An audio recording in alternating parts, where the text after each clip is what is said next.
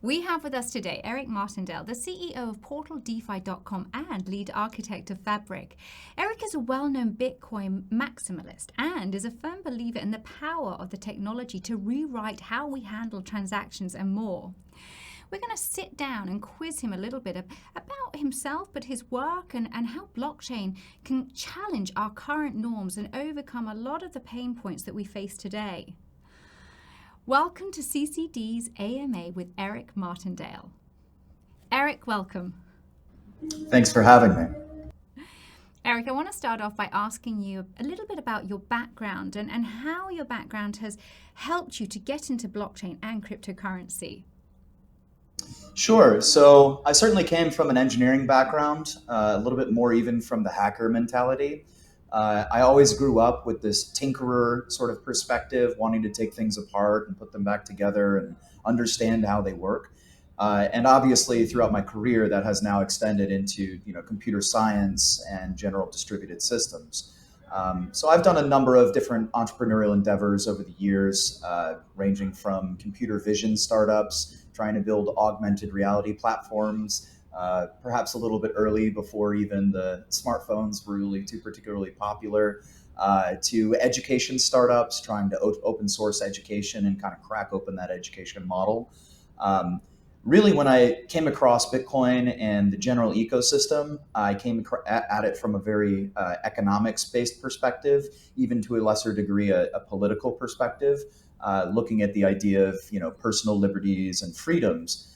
And when I saw the marriage of the technology and the problem that it was solving in computer science, combined with the economic policy, Bitcoin was just an obvious fit in for me. It almost took over my life, whereas I became the crazy uncle trying to tell my entire family at Thanksgiving dinner and every business in my local area that Bitcoin is the future. So I would say it really came from the economic-based perspective. And just looking at it as a problem of distributed consensus. And that ultimately just gave me just massive amount of excitement when I saw what the technology was actually capable of. And what is Portal and what is it that Portal's trying to achieve as a company? Absolutely. So Portal is a decentralized exchange. And this is a phrase that's kind of tossed around a lot in the ecosystem. And the important part about it is the decentralized part.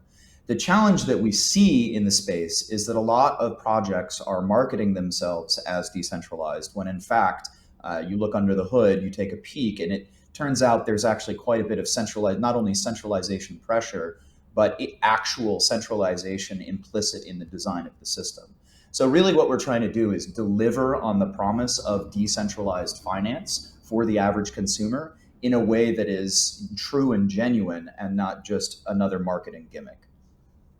And then how does Fabric sort of connect with Portal? How does that work? Sure. So Fabric is a information exchange. It is what allows just basic user-to-user messaging. You can look at it like a peer-to-peer, like a BitTorrent almost, where it's not a blockchain in and of itself. It is a system for users of blockchains to pass messages to one another in a reliable, a fast and reliable way. Yeah, I think that's probably the best answer that I can give you. Fabric is the general messaging protocol, whereas Portal is the application that lives on top. It may be the case that there will be other applications that use the same protocol. And because they all use the same protocol, they become interoperable. So it gives us the opportunity to build out a robust developer community with multiple applications where we have the actual exchange at the heart of it, such that people can freely move in and out of the system, and even within the system between products that all use the same Fabric protocol. Interesting. And I mean, Eric, you are a bit famous for being a Bitcoin maximalist, but what is the future role of smart contracts, not only on Fabric, but also for Bitcoin decentralized finance applications? Yeah, absolutely. I think, Bitcoin smart contracting and general smart contracting in general is really moving forward with supplanting some of these existing relationships that involve trust. So you might look at a mediated trade where there's a third party kind of serving as the arbiter for any particular negative outcome on either side. Anytime you have the economic policy of a central bank issued currency, now you actually have a genuinely stable asset. Whether or not you want to look at Bitcoin as a stable asset, I think it is the ultimate stable asset. One Bitcoin will always equal one Bitcoin. That's part of the economic contract that you adopt when you buy into Bitcoin or any technology like it.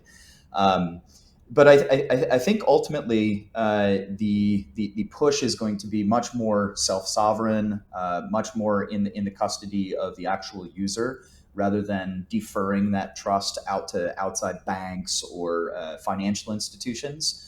Smart contracts are going to be replacing every opportunity for that where that counterparty risk exists, because ultimately the consensus mechanism of the underlying blockchain itself kind of supplants the need for that trusted third party.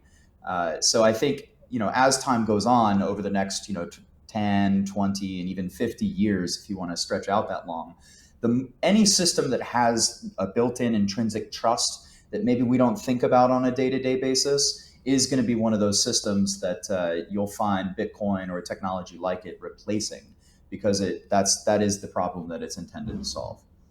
Yeah.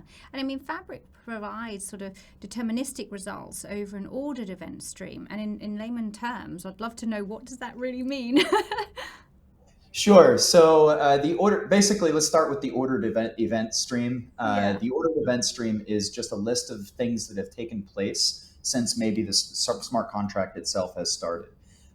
If we have an ordered event stream where the events ordered means they're in order, and we have them in the appropriate order, we can say that we can establish consensus on what actually took place, because we can look at our list, compare it to someone else's list. The list is the same, and therefore we have the same result.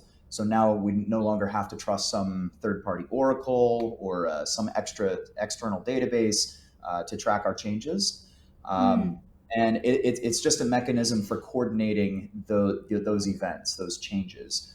I can get into the technicals of calling it the delta and all of that, but in effect, it is just the list of changes that have taken place since the smart contract started.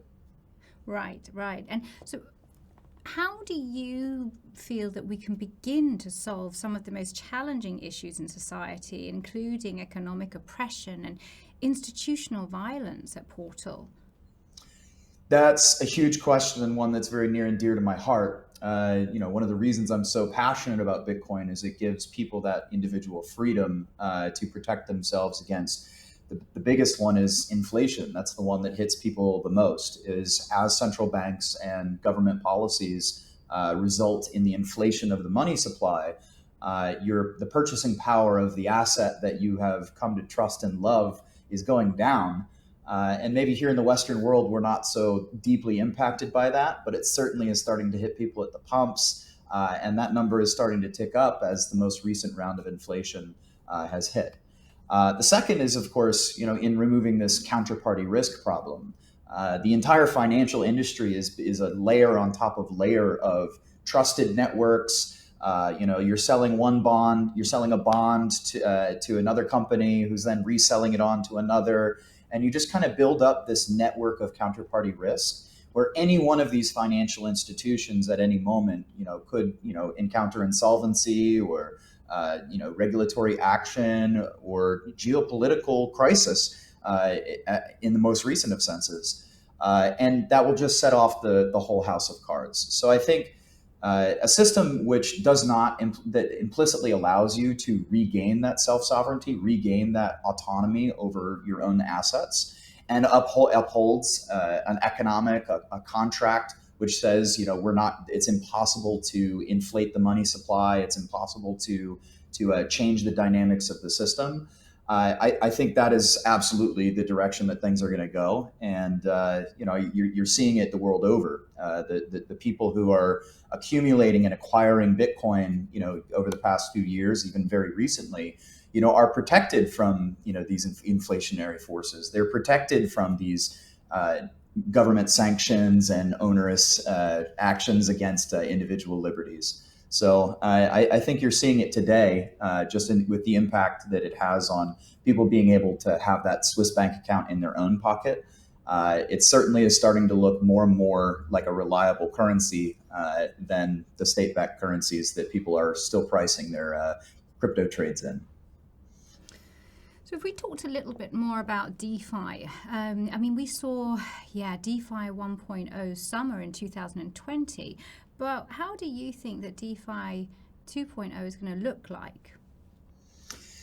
Sure. Kind of recursing back to one of my earlier answers, the just this fact that there are so many projects out there that are riding this hype wave, this big. It's almost like a bubble, if you want to look at it like that. We've had a couple of bubbles in the past, all the way back to the 2017 ICO hype.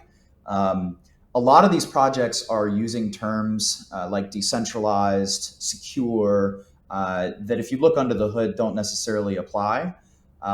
So I think the second wave, or if you will, I mean, from my perspective, it's almost even a third wave, if not a fourth.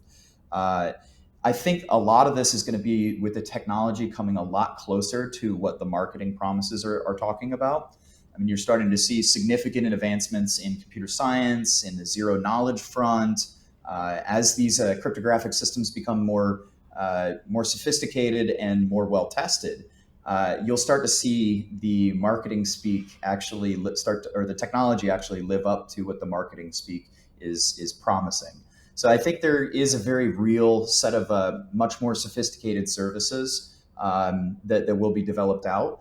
Obviously, as more and more of these companies invest time and energy into research and development, as well as production systems, it's without a doubt it's going to become more sophisticated. But the thing that brings joy to my heart is the idea that it is actually going to become more decentralized. So you're not going to have these centralized institutions that actually control the systems. You will actually live up to the marketing promise of quote unquote decentralized. Yeah. So how do you think the new evolution of DeFi would be different from what we're experiencing today?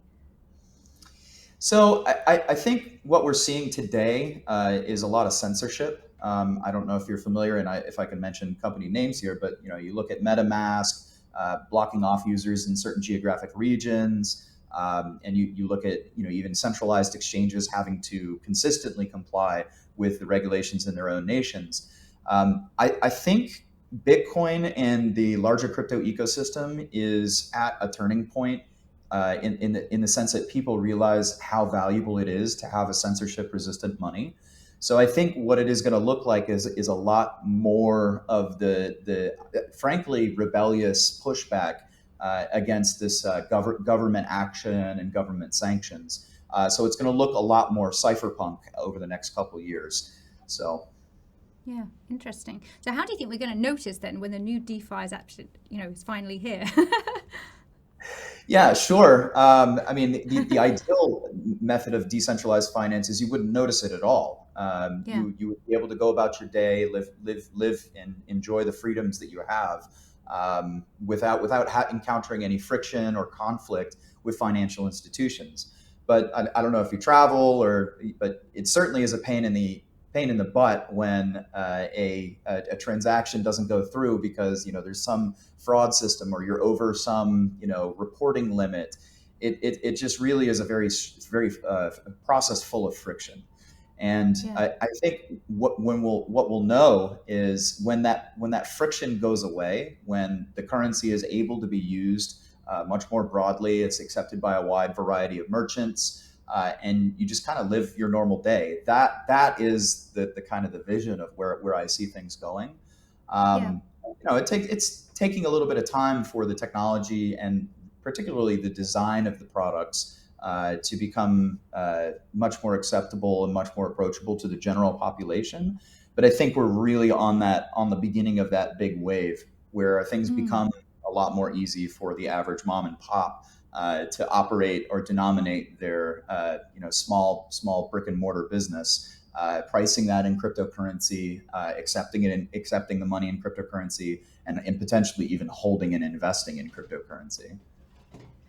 Yeah, and if I go back, Eric, to Fabric and Portal, so I'm thinking that when you started to become involved with both of these companies, there must have been something that you saw that was lacking. So can you just kind of summarize for me what it is, for those out there as well, about them that you really think would be good for them to know?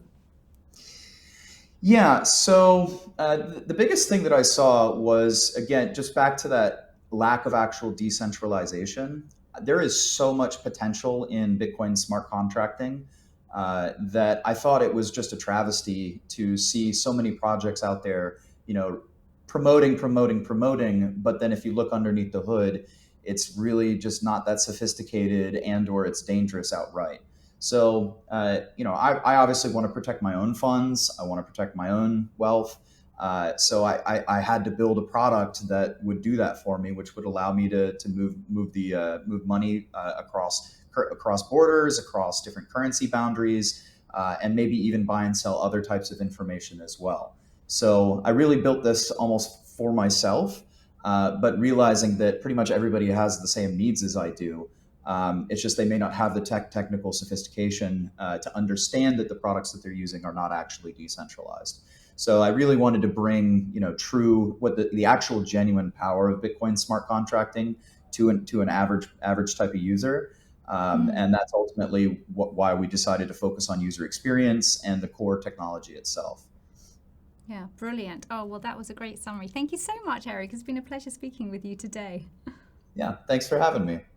Thank you so much for joining us on Crypto Channel Direct, powered by Concordium. Now, don't forget to like and subscribe by hitting the button below, and we'll be back next week with the news that you need to know. Until then, I'm Claire Ross Brown. See you next time.